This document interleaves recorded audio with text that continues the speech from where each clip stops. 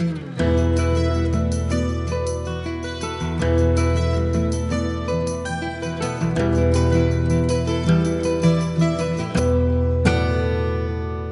a number of people aren't very satisfied with the governments in their own countries. We see an economic crisis coming for all countries throughout the world. Governments are affected by economics almost as much as the people who suffer under them. A number of states in the United States have actually started to pass bills talking about the state sovereignty. Independent of the totalitarian attitudes and rules that seem to be coming down from their federal government. They've actually talked about separation from the federal government, sovereignty from the federal government.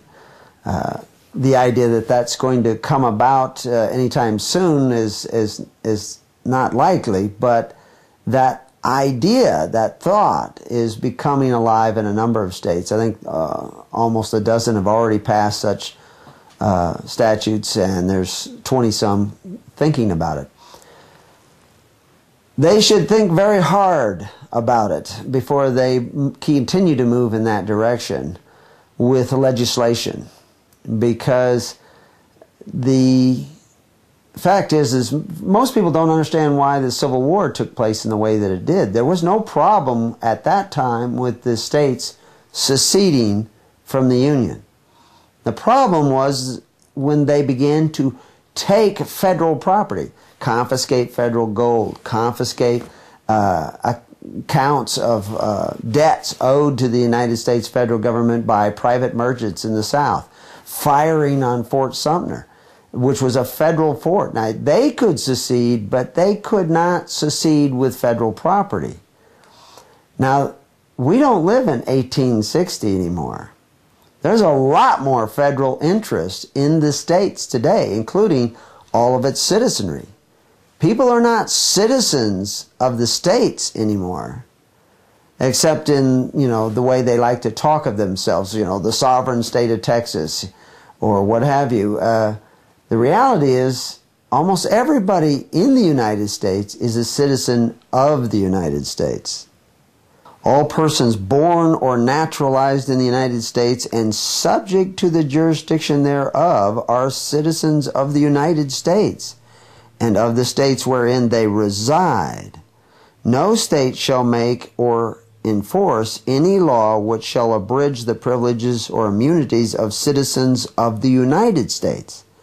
Nor shall any state deprive any person of life, liberty, or property without due process of law, nor deny to any person within the jurisdiction the equal protection of the laws. The laws of who? The laws of the United States. These are United States citizens, and a huge change took place in America with the passage of this 14th Amendment and offering citizenship of the United States. And that doesn't mean just that you were born in the United States, you're a citizen of the United States. It's very clear, and subject to the jurisdiction thereof. And how do you get subject to that jurisdiction? That's another whole story in itself. The fact is these citizens of the United States are also employees of the United States, because almost every single one of them have an employee identification number, a federal employee identification number. That's why a portion of all their labor goes to the federal government, because even though you're working at McDonald's, for at least 20% of the day, maybe 30 or 40% of the day, you're actually working for the federal government. And what you earn goes to the federal government. It's not the state's funds. It's not your funds. It belongs to the federal government. And the federal government's in debt up to its ears, so most of it goes to its debtors. That needs to be taken into serious consideration when people start talking about sovereignty of the states. Because without your citizens, which are citizens of the federal government, the states are nothing.